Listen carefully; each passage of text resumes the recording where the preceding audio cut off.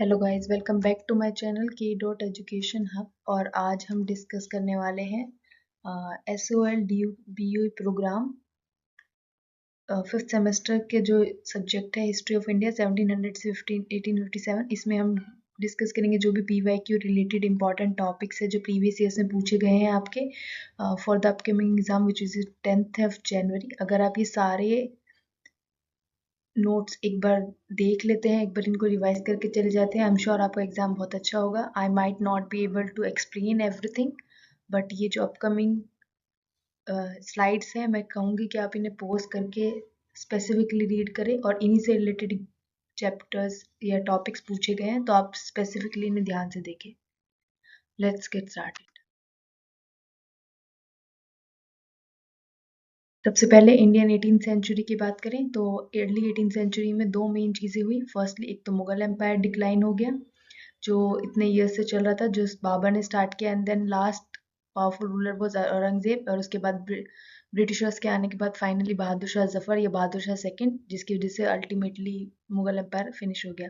Reason क्या थे Mughal empire decline होने के? एक तो जो उसके सक्सेसर्स थे, मतलब आगने वाले राजा थे, वो इतने पावरफुल नहीं थे, वो नोबल्स के हाथ में सिर्फ पपेट्स थे। इसके अलावा जो औरंगजेब की रिलीजियस पॉलिसीज थी, जो जिससे उसने टेम्पल्स डिस्ट्रॉय कर दिए, टैक्स लगाया पिलग्रिमेज वगैरह पे, राजपूत के साथ उसके रिलेशन अच्छे नहीं थे, या लॉयल नॉवल सब उतने नहीं बचे थे, एम्पायर इतना बड़ा था कि वो कंट्रोल नहीं कर पा रहा था, आर्मी इतनी डिसिप्लिन नहीं थी, वॉर्स वगैरह हो रही थी, ऑटोनोमस स्टेट डेवलप हो रहे थे, फॉरेन इन्वेजन। ये सारे रीजंस हैं कि मुगल एम्पायर डिक्लाइन हुआ। से रिलेटेड 5 मार्क्स में क्वेश्चन आसानी से पूछा जा सकता है कि क्या रीजन थे कि मुगल एम्पायर डिक्लाइन हुआ, तो आप ये सारे और एक्सप्लेन कर सकते हैं। दूसरी चीज जो हुई वो थी डिसेंट्रलाइजेशन, या ये लो कि इंडिपेंडेंट स्टेट्स बनने स्टार्ट हो गए, जैसे हैदराबाद निजाम के अंडर, मैसूर में हैदर अली खान, बंगाल में मुर्शिद कुली, सिख हरबिंद गोविंद के अंदर, अवध सादत खान के अंदर। तो ये थे। और ऐसा क्यों हुआ कि डिसेंट्रलाइज क्यों हुए? तो औरंगजेब की पॉलिसीज की वजह से नोबल्स का कंट्रोल ज़्यादा हो गया, पीजेंट्स के रिबेलियन, ये सब कुछ रीजन थे कि रीजनल डिसेंट्रलाइजेशन हुआ।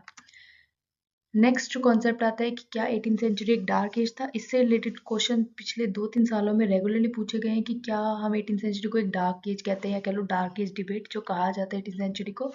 एक्चुअली हिस्टोरियंस के इस पे दो व्यू हैं। एक तो जो ये मानते हैं कि ये वो टाइम पीरियड था जब मुगल्स डिक्लाइन हुए, पॉलिटिकल टर्मोइल चल रहा था, कॉलोनियल रूल बहुत ज़्यादा बढ़ रहा था। और दूसरे जो हिस्टोरियंस है वो मानते हैं कि ये वो टाइम था जब रीजनल डेवलपमेंट बहुत ज़्यादा हुई, इंडिविजुअल रीजन्स बहुत डेवलप हो रहे थे, इकोनॉमिक प्रॉस्पेरिटी आ रही थी। तो एक तरीके से कह सकते हैं कि दोनों मिक्स्ड व्यूज़ हैं। तो ओवरऑल देखें तो एक ट्रांजिशन पीरियड था जब हम मिडिवल से मॉडर्न इंडिया की तरफ जा रहे थे और इकोनॉमिक ग्रोथ हो रही थी डिसेंट्रलाइजेशन के बावजूद भी। तो हम कह सकते हैं कि ये ट्रांजिशन पीरियड था। नेक्स्ट आता है यूरोपियंस का एडवेंट, मतलब इंडियन यूरोपियंस आने स्टार्ट हो गए थे इंडिया में। ये सब स्टार्ट हुआ 1498 में, जब वास्को डिगामा जो कि एक पोर्तुगीज एक्सप्लोरर है, उन्होंने सी रूट ढूंढा इंडिया तक और कैलकट आया। और उसके बाद धीरे धीरे बाकी कंपनीज आना स्टार्ट हुई। पोर्तुगीज आए 1498 में, फिर ईस्ट इंडिया कंपनी जिन्होंने इंडिया पे 200 साल तक रूल किया, देन डच, देन फ्रेंच, ये सारे। अब इतनी सारी यूरोपियन कंपनीज में से ब्रिटिशर्स ही क्यों सक्सीस हुए? उसका कुछ रीज़न है। वो रीज़न है, एक तो स्ट्रक्चर ऑफ द कंपनी, ये एक प्राइवेट कंपनी थी, वहीं जहाँ फ्रेंच और पोर्तुगीज एक पब्लिक कंपनी थी तो उस पर गवर्नमेंट का कंट्रोल ज़्यादा था। लेकिन ईस्ट इंडिया कंपनी इंग्लैंड की जो थी वो प्राइवेट थी, इसलिए उस पर ब्रिटिशर्स के जो गवर्नमेंट है उसका कंट्रोल इतना नहीं था, तो वो फ्रीली काम कर सकती थी। नेवल सुप्रीमेसी, इंग्लैंड की जो नेवी थी वो बहुत सुप्रीम क्वालिटी की थी उस टाइम पे भी और लार्जेस्ट मानी जाती थी, इसलिए भी एक रीज़न था कि वो सक्सीड हुए। नेक्स्ट उनकी जो मिलिट्री स्किल थी और उनके जो लीडर्स थे मिलिट्री के, वो बहुत ही स्ट्रेटेजिस्ट थे, उन्होंने बहुत अच्छे से वॉर करी और बहुत अच्छे से कंट्रोल किया एरिया को, इसलिए भी। नेक्स्ट जो इंग्लैंड में गवर्नमेंट थी वो स्टेबल थी कंपेरेटिव टू फ्रेंच और पोर्तुगीज, जो बहुत सालों से यूरोप में फाइट कर रहे थे, वॉर में थे अलग अलग कंट्रीज के साथ। नेक्स्ट इन्होंने रिलीजन पे इतना ध्यान नहीं दिया, इनका मेन मोटिव ट्रेड था, व्यापार करने आए थे, इन्हें क्रिश्चियनिटी को इतना प्रमोट नहीं किया, इसलिए भी ये इंडिया में फेमस हुए या इंडिया पे कंट्रोल कर पाए। एंड लास्टली डेट मार्केट का इन्होंने बहुत यूज़ किया। जो फर्स्ट सेंट्रल बैंक था, जो सेंट्रल बैंक जो इंग्लैंड का था, वो उसको इन्होंने बहुत अच्छे से यूज़ किया डेट मार्केट में करने के लिए या डेट रेस करने के लिए, तो वो भी एक रीज़न था। तो ये कुछ रीजंस है कि क्यों ब्रिटिशर्स ही सक्सीड हो पाए और बाकी यूरोपियन सक्सीड नहीं हुए।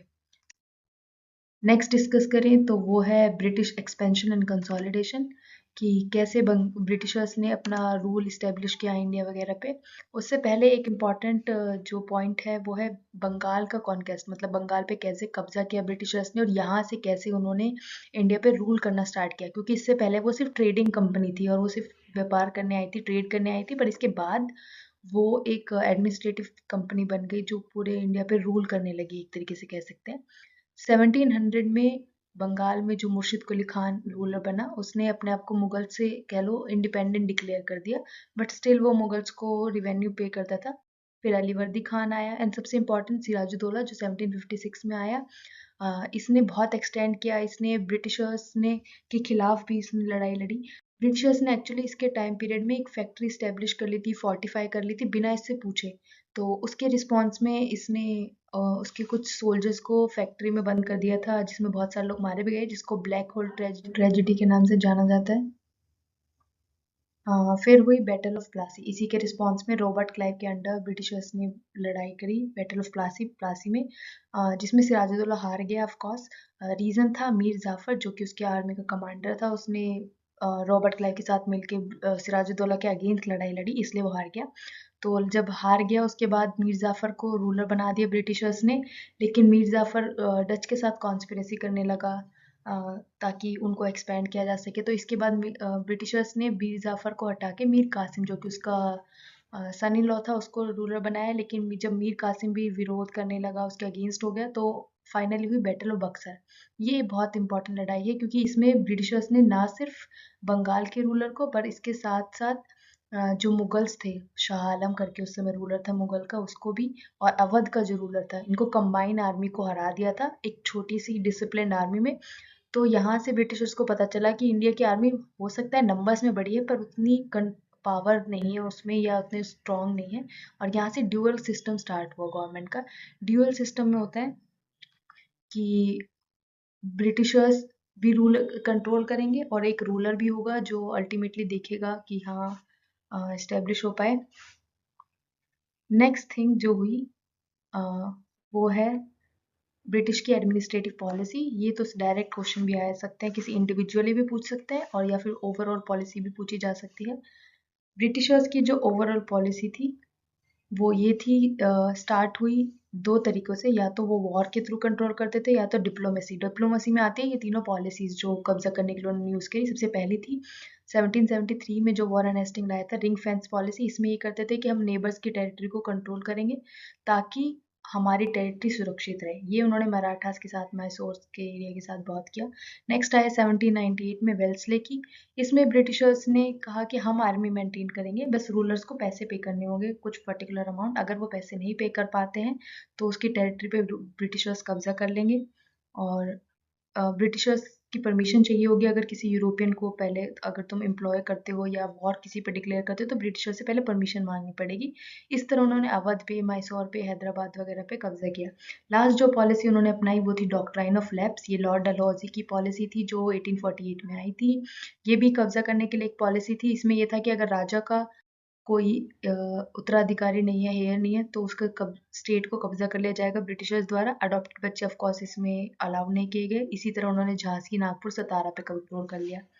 और कुछ इंपॉर्टेंट स्टेट जिस पे उन्होंने कब्जा किया वो था मैसूर, जो कि उस टाइम पे बहुत पावरफुल हो रहा था हैदर अली और टीपू सुल्तान के अंडर। उसके साथ ब्रिटिशर्स ने 4 एंग्लो मैसूर वॉर्स की।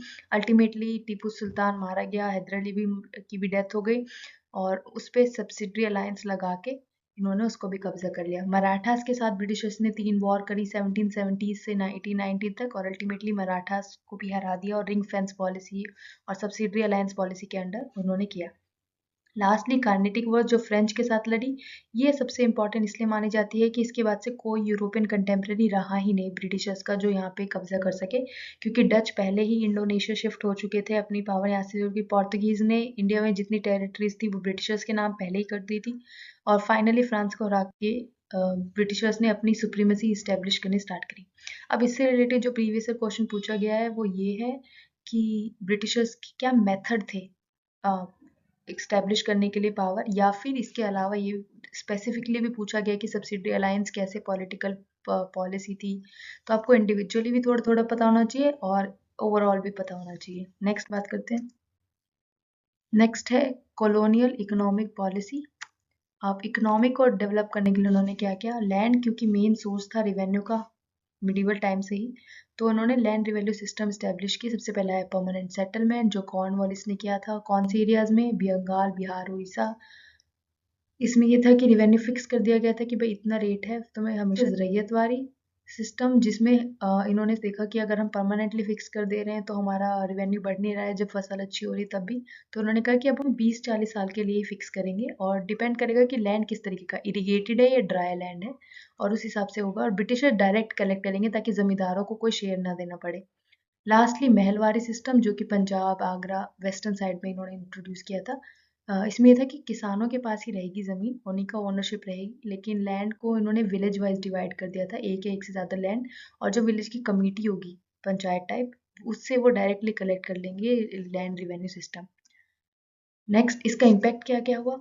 तो इम्पैक्ट ये हुआ कि एक तो एग्रीकल्चर डिस्ट्रॉय हो गया, छोटे छोटे लैंड के हिस्से डिवाइड हो गए, क्योंकि फार्मर्स के पास इतने पैसे होते नहीं थे कि वो लैंड रिवेन्यू पे कर पाए, तो वो उस मनी लैंडर्स को उधार में दे देते थे या मर्चेंट्स वगैरह के पास किराए पे रखते थे। धीरे धीरे लैंड और छोटा छोटा डिवाइड होता गया।